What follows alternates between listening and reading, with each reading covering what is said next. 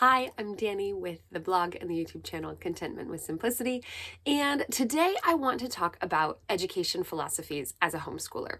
Now, the word education philosophy might have just caused your eyes to glaze over, so I'm going to try to break this down and simplify it and help you understand why it's important to know what philosophy of education you align with, and also how it exemplifies itself in homeschooling and common homeschooling culture. So, a philosophy of education is actually just like your opinions about education. Your opinions impact what you do and what you don't do. So, philosophy of education or your opinions about education are going to be looking at your values and beliefs around questions about education. Like, what is a student supposed to learn? What is the role of a teacher in somebody's education? What information should be taught? Should information be taught? How should it be taught? Those sorts of things. So, everybody has opinions about that. If you are considering homeschooling your kids, I guarantee you have some level of opinion about that, even if they're more reactive opinions. Like maybe your child is not doing well in conventional school, and your opinions, your philosophy is, this isn't working. Whatever they're doing, this isn't working, so something else has to be better. That's still a philosophy of education. That's an opinion. So I want to go through what, there's any number of opinions about how people should be educated, but over the last few centuries or so, there's a couple different kind of groupings of opinions, groupings of philosophies that have come together. And I just want to give you a brief overview of them so you have some sort of idea. And then I'm going to talk about some of the really popular education philosophies, like the names that they go by or the particular subgroups in the homeschooling environment. So hopefully this will help just give you an overview. Why is this important though? This is important because there is so many resources out there for if you are starting to homeschool. And so figuring this out first, figuring out what your opinions are, your philosophy of education is around education first will help you not get drowned, help you avoid being drowned in all of the different options and help you kind of hone in on which curriculum is going to best fit what you resonate with, what your values are around education. Because there's some curriculums out there that just are not going to fit. They're not going to suit you. And it's so much better to not spend a bunch of money and not spend a bunch of time and energy trying to drag yourself through working on that if it's just not going to align with you. You can choose things that are going to align more with your philosophy of education and have a better chance of executing them in your own homeschooling journey. So let's get started. All right, I have my notes up on the window behind my camera here, so I'm going to be looking up at them to reference because there's a lot of information to keep track. So one of the most I guess we would consider classic approaches to education is known as perennialism philosophy. And in the perennialist philosophy, the idea is that the student is acquiring understanding from their teachers. So it's a big focus is on the great ideas of Western culture and Western civilization.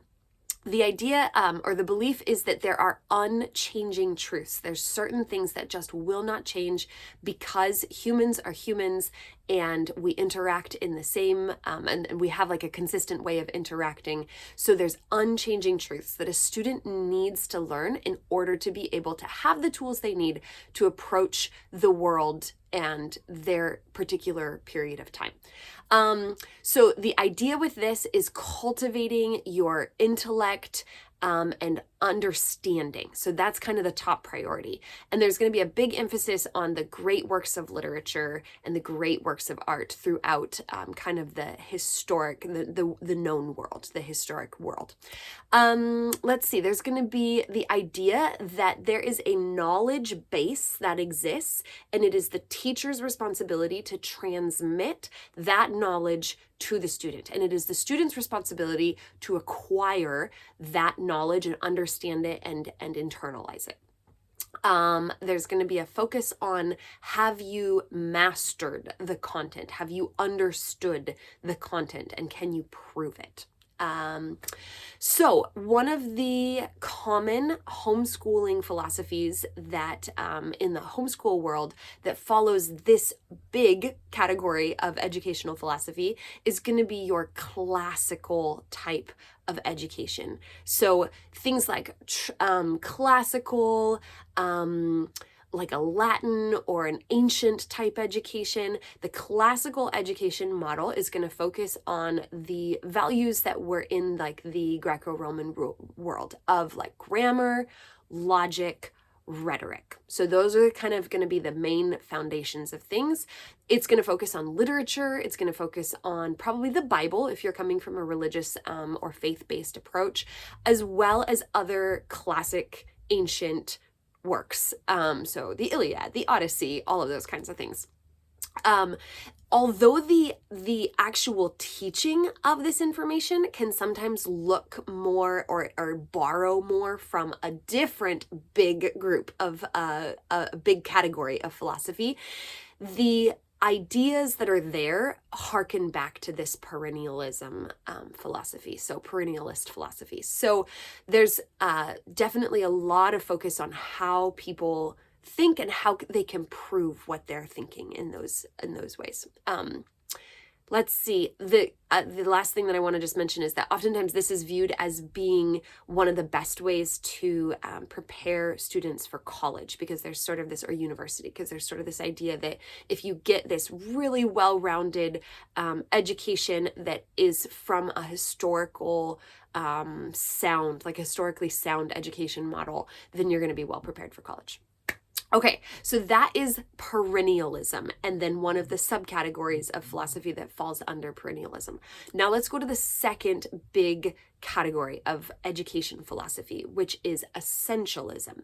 And in essentialism, the idea is similar to perennialism, that students are going to need to gain a common core knowledge. There's a knowledge bank that they need to start to acquire, and it needs to be systematically transmitted to them. So it's the role of the teacher to systematically transmit that information that students are going to need to know in order to go on in the world and be successful in life. However, it differs from perennialism in the sense that there's not this idea or this strict adherence to the idea that these are unchanging truths. Essentialism recognizes or assumes this idea that some things are going to be changing over time, and that it has a very like practical, hands-on sort of approach. So students are going to need to learn information to be successful in the world, but that might not be the same thing they needed to know 3,000 years ago. It might be different today, but they need to be able to know this so that they can go on and have what is essential for them to survive in the world. So it's practical. It's a lot of focus on the facts, the basics, that sort of thing. And the model that it uses is sort of this progressively getting harder and harder, progressively getting more complicated and more challenging or more difficult in its growth. So when you're young, you're going to start with easier things and you're going to learn the basics. And then those basics are going to expand and get more and more complicated as you get older.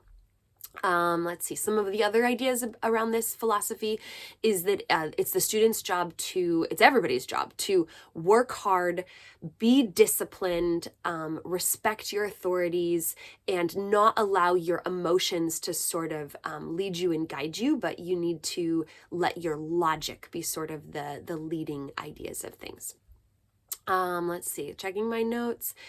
Yeah, that's kind of, there's an acceptance that things may change, but there's this idea that the teacher has the keys to this information and knowledge and needs to transmit it to the student. So some common homeschooling, like subcategories of ideas that fall under this big concept, this essentialism concept, is your traditional or like / school at home kind of focus on education. So this is where many times home educators will actually create sort of like a mimicked home classroom. You might have a blackboard or a whiteboard. You might actually have desks. You might have, your bookshelf and your globe and all of those things. Not that those resources are not in other sorts of education philosophies and the expression of them, but that's going to be kind of the emphasis. You need to have a place to go to kind of learn your lessons that sort of is mimicking almost like public schooling or private schooling in kind of a conventional model. Typically there will be kind of like a daily schedule that you follow. And this is where a lot of, if you're looking for curriculum, this is where a lot of your like boxed curriculums, you're like, everything here, everything your child needs to know for year 1 of education is right here in this box, that sort of idea. Excuse me. So that can be, the huge benefits to that is that like as a teacher, as an educator, you can get this box of material and it's kind of done for you. You just have to follow the system and go through it, follow the schedule and go through it. However, if that doesn't align with your philosophical views of education, you might find yourself getting frustrated by that. Okay, so we've got perennialism. We've got essentialism. Now let's go to the third big category of educational philosophy, which is progressivism. Progressivism is a switch from kind of those more traditional classical, there's a information bank that the student needs to learn. It's the teacher's job to transmit it. Progressivism makes a big switch in this, and progressivism also has some ties to kind of the romantic philosophies of the, I guess it was like the late 1700s, 1800s. So it was a big change from kind of the previous philosophies. Progressivism is going to be focused on educating the whole child. So seeing the child not just as a receptacle of information, but also thinking about their whole experience and their emotional and their spiritual and their physical and their intellectual. All of that needs to be involved in the progressivist philosophy of education is all going to be there. So progressivism emphasizes testing ideas by active experimentation. It also encourages questioning as being sort of the guide to what you learn. And it's going to focus on student readiness, allowing the student to have some level of input into their education. The emphasis is often on the process rather than the result, rather than the information that you can like spit out and regurgitate, but what was the process of learning and what did you learn through the process of that learning? How do you know that you know that? How did you come to that conclusion or that information? That's going to be more of the emphasis. Books are oftentimes seen more as like tools and a part of education, but there's a bigger emphasis on education being not just about information that you gain from books, but also about your social interactions and your experiences and your experiments and things like that. Let's see. A lot of times in progressivism, there's going to be sort of a shared decision making between the teacher and the students, and that's kind of comes in varying degrees. Oftentimes with the student actually taking on more of the lead in terms of what they want to learn and how they're going to learn that. So the idea is sort of that the teacher, it actually becomes more of a facilitator than and helping support the student in their learning rather than being the source of information for the student. So some common common homeschooling categories that this shows up in is the Waldorf approach to homeschooling. So this is a progressive approach. There's going to be in the Waldorf approach to homeschooling, there's an emphasis on the arts, including like your physical interaction, your physical art, so dance and big body movements. There's also an emphasis on kind of mythology and agriculture, understanding kind of the real world side of things, and nature and getting out in nature. And really this concept that like part of education or the emphasis, the focus of education is helping the student grow and develop physically and spiritually just as much as with knowledge and information. In the Waldorf approach to education, you're going to be looking probably less at like tests and more at like building portfolios to show how you have gained knowledge and understand things. There's also going to be a big emphasis on nature and outside time and natural materials and that kind of stuff, and sort of a rejection, or at least more of an avoidance of some of your more manufactured things. So textbooks are not going to be as big of an emphasis, if maybe not used much at all. Electronics are not going to be an emphasis or not used much at all. There's going to be more of this approach to learning in the natural world. Another subcategory of progressivism would be the Montessori approach to education. So Montessori is definitely progressive and also draws a lot from kind of that romantic idea, which was sort of a precursor to progressivism. And this is the idea that that the child is going to be kind of leading the education process. It's very hands-on, lots of manipulatives, lots of learning concepts through physical hands-on manipulation of things. And the teacher's role is to kind of help to scaffold and prepare the student to move through different levels of challenging things or more complicated concepts, but doing it in a way that is at the child's speed and the child's pace of things, and trusting the process that the child will naturally, their own internal curiosity and interest is going to move them on to the next sort of level. The unschooling, which is where you sort of reject the textbooks and sort of the conventional model, is a third homeschooling kind of subcategory within this progressive view. And in unschooling, it's progressive, and then it's also a little bit of the next big philosophy that we're going to look at, which is called Reconstructivism. So the unschooling view is that the child is going to be leading, and in fact, the child actually takes a lot of responsibility, and they may choose to utilize textbooks or curriculum or more boxed curriculum, that sort of thing. But the child is going to take the lead on kind of choosing which of those curriculums is better, or developing their own schedule around them. And maybe they don't do math first every day. Maybe they do math at night, and maybe they do art first, or that sort of thing. It's going to give the child a lot of responsibility in how they're approaching their education. There's also a big emphasis on real world learning. So getting out and seeing, going to the library and having social interactions, and sort of business transmissions of going to the grocery store and buying things. Like, that's going to be a part of the learning process. That's going to be considered part of the child's education. And where it kind of moves into the Reconstructionism is when it rejects sort of societal norms of what school should be, and it's moving into inventing and reinventing its own view of education. So since we kind of dabbled in that, let's jump to the fourth big category of educational philosophy, which is Reconstructionism. So in Reconstructionism, the education is viewed as the key to social change, societal change, world change. So education is how, kind of the purpose of education is so that students can go on to invent or reinvent the world to be a better world. It's very action-oriented, very solution-oriented. It's going to be looking at how can we take what's broken here, and how can we fix it? How can we make it better?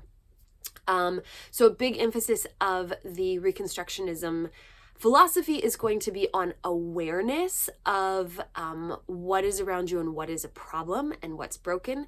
Also multiple perspectives. So understanding things from a variety of perspectives is going to be a big emphasis.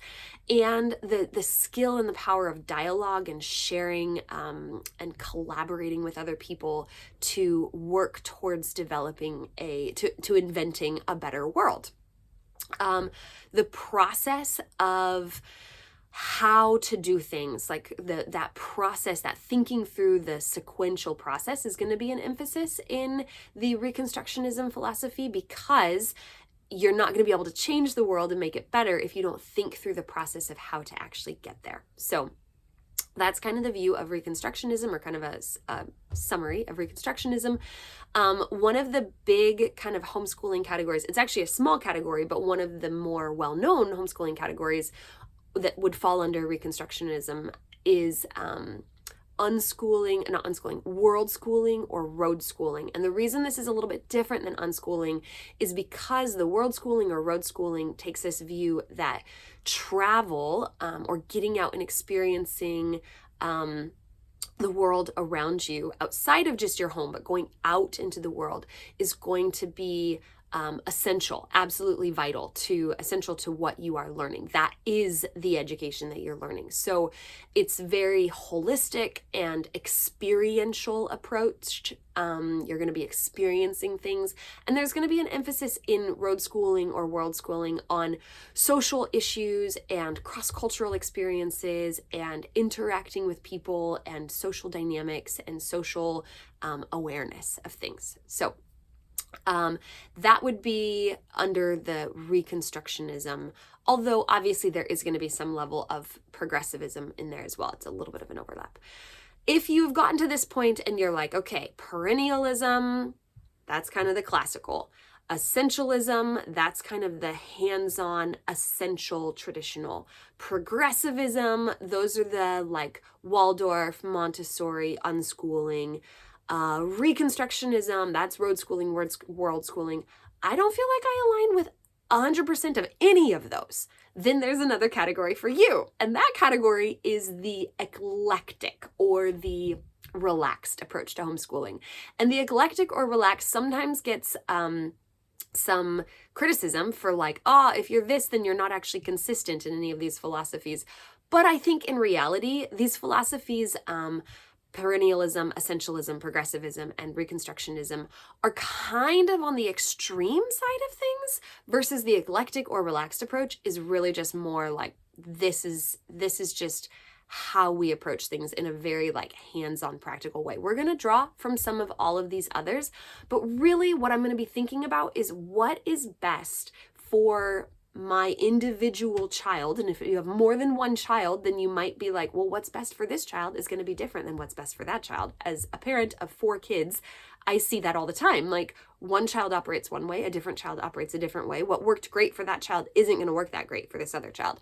So what is going to be best for the individual child at this specific time concerning this specific thing that I want them to learn? And for some kids, having a more like boxed curriculum, open up a page, do 3 pages a day, that's going to work for them. And for some kids, that's going to be torture. So as a parent, you sort of approach this idea of like, how can I facilitate education for my kids in their individual contexts? That's actually a relatively progressive view of education. So if you're thinking about which one does this fall under, it's a relatively progressive view, but it's not going to be, it's going to be more open to kind of drawing in some of the other things. So all of that is sort of my overview of the 4 big educational philosophies, and then how the kind of the common homeschooling subcategories fall into those big categories. So if you are new to homeschooling or you're interested in learning about homeschooling, this is meant to be a bit of it's in-depth, sorry, it's like 23 minutes now, but it's an in-depth view, but also is hopefully approachable for you to begin to understand, what resonates with me? What do I think? Do I really view education as being something that's like a bank of information that I need to transmit to my child? Or do I view that like, what's most valuable for my child is getting out there in the world and experiencing the world? Like, where do you fall on this spectrum? If you can consider it a spectrum, where do you fall in these categories? I hope that this has been helpful for you.